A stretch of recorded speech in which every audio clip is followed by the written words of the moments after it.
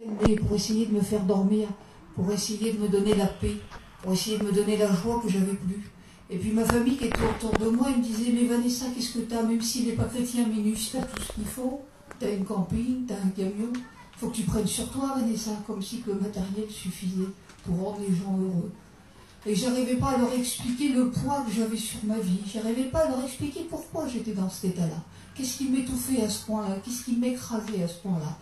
Et puis ensuite, j'ai fait des crises de tétanie. Pour ceux qui ne savent pas ce que c'est, je tremblais. Je tremblais et je me tapais dessus. Je pouvais faire ces crises-là des dizaines de fois par jour.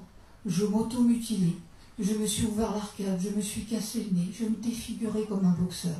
Je ne faisais pas de mal à mes petits, je ne faisais pas de mal aux gens qui m'entouraient. Mais il fallait absolument que les nerfs sortent de moi. Alors il fallait que je me tape dessus. Malgré les médicaments, malgré les cachets, pour vous dire dans l'état où j'étais, mettons si j'étais sur une place comme ça, j'appelais les petites. Et puis je leur disais, ma fille, tu veux bien venir mettre mon lit? Tu veux bien venir faire ma vaisselle? J'étais plus capable de faire une vaisselle, plus capable de mettre un lit chez moi. Alors j'étais jour et nuit dans le noir, je prenais ces médicaments et je me tapais dessus. Et comme je suis devenue trop dangereuse pour moi-même, on a préféré m'interner en hôpital psychiatrique. Et j'y suis restée pendant 9 mois. 9 mois où je vous explique un peu comment c'est. Je ne veux pas vous faire pleurer ce soir, je veux pas du tout, c'est pas ce que je cherche. C'est pour vous dire quelle grâce qu'on a. Quel privilège. J'y dois tout, moi, Seigneur. J'y dois tout. Au foyer, ma vie. Oh Dieu! Oh Dieu! J'étais dans cet hôpital psychiatrique et j'étais enfermée à double tour. Et lorsque le psychiatre rentrait, il disait, qu'est-ce qu'on fait avec cette demoiselle? Parce que j'avais 21 ans à l'époque. Qu'est-ce qu'on fait avec cette dame-là? Alors l'autre psychiatre qui était avec lui, il disait, mais on ne peut rien faire pour le moment pour elle, alors il faut la piquer. Et on m'a piqué comme ça pendant 1 mois. Et j'ai été endormie pendant 1 mois, je ne pouvais plus ouvrir les yeux, j'étais plus capable de rien. On m'a ramené mon petit, Dylan, on me l'a ramené en permission parce que je n'avais pas le droit de les voir, bien évidemment. Je devenais trop dangereuse, alors on me l'a ramené en permission. Et pour vous dire dans l'état où j'étais, quand la Gadji me l'a ramené, je lui ai dit, Joël, qu'est-ce qu'il est beau ton fils? Elle me dit, Vanessa, c'est pas mon fils, c'est le tien. J'étais plus capable de reconnaître mes propres enfants. Et puis ensuite, j'ai écouté des voix. Et je suis devenue schizophrène pendant ces 9 mois. Mon foyer, je vous disais tout à l'heure que pour moi, de le voir diriger la réunion, de voir mon foyer comme ça, je suis obligée de remercier ça. Amen! Gloire à Dieu! Pour la gloire de Jésus. Lui, il était parti avec le camping sur Paris parce que nous, on est de Rouen. Mes enfants, ils étaient gardés à 130 km de moi chez ma belle-mère. Et moi, j'ai dit, je suis internée chez les fous. Alors, je n'avais plus de foyer, je n'avais plus de vie.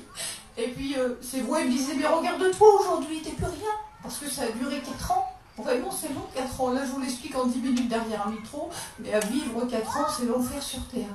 Et lorsque l'ennemi venait me parler, il me disait, mais regarde-toi aujourd'hui, t'es plus rien. T'es plus une femme au foyer. Et c'était vrai. T'es plus une mère au foyer. Tu sais même plus t'occuper de tes propres enfants. Tu ferais mieux te donner la mort. De toute façon, t'es un fardeau pour les gens. T'es un poids pour tout le monde. Personne t'aime. Donne-toi la mort. Tu seras tranquille.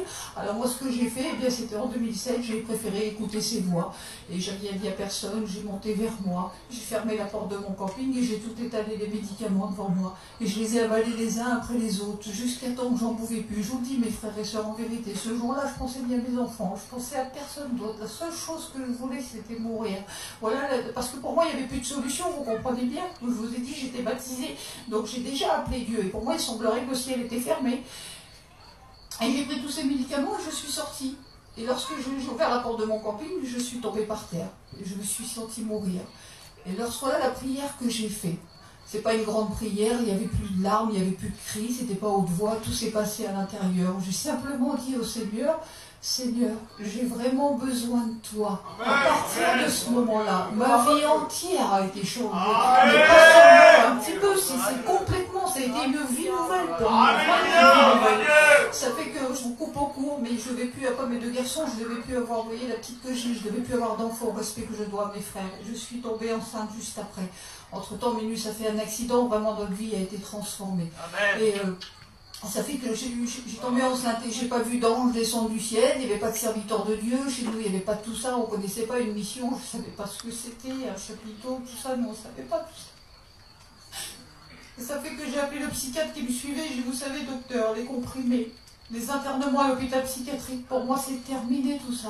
Et il me dit, comment ça? Il est hors de question. Il dit, vous faites une dépression depuis 4 ans, vous êtes schizophrène. Il est hors de question qu'on vous laisse dans la nature sans traitement. Il dit, lorsque vous allez avoir votre bébé, on remontera le traitement. J'ai dit, non, monsieur, parce que le Dieu que je veux servir, sans savoir tout ce qu'il allait faire pour nous, Dieu m'est témoin, il est vivant. Et je crois qu'il m'a délivré. À partir de là, je suis montée dans mon camping, j'ai tout pris les médicaments, j'ai pris tout, j'ai tout jeté. Je vous explique la conversion, parce qu'elle va avec, je suis obligée. J'ai tout jeté, et la minute s'est passée par l'accident, son cœur a été touché par Dieu. Alors je suis rentrée dans une petite réunion vers Riget en bas de chez moi. Et lorsque je suis rentrée dans cette réunion, c'était un vendredi soir. Toute ma vie, je me souviendrai de ce soir-là. Et j'ai dit merci Seigneur, merci parce que tu m'as délivré, merci parce que tu as touché le cœur à Ménus, merci Seigneur, mais tu sais Seigneur, je te demande pardon, pardonne-moi parce que je ne te connais pas. Pardonne-moi parce qu'il y a 5 ans que je suis baptisée, 5 ans que je fume, 5 ans que je vis un peu ma vie comme bon me semble, Seigneur, je te demande pardon. Et à ce moment-là, il y a une prophétie qui s'est levée dans la réunion. Et le Seigneur me disait, c'est bien que tu te souviennes que j'ai agi pour toi dans le passé. Et ça venait juste d'arriver. Et il dit, tu verras, je gérerai encore en toi dans le futur.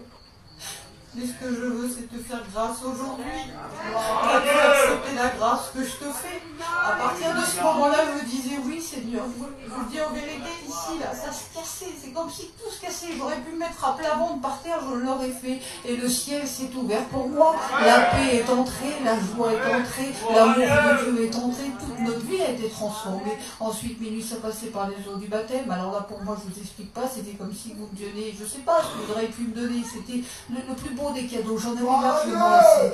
Et ensuite, il a été appelé au service du Seigneur. Alors, j'ai aussi l'habitude de le dire. Si vous m'auriez dit à moi, tu sais Vanessa, toi tu verras, tu témoigneras de l'amour de Dieu. Ton mari à toi, il servira à l'Éternel. Mais je vous aurais dit, mais c'est pas pour nous ça. Moi je suis interné en hôpital psychiatrique, lui il est dans le monde, c'est pas pour nous. Alors mon frère, ma soeur, ne limite pas le Seigneur, je t'en sois.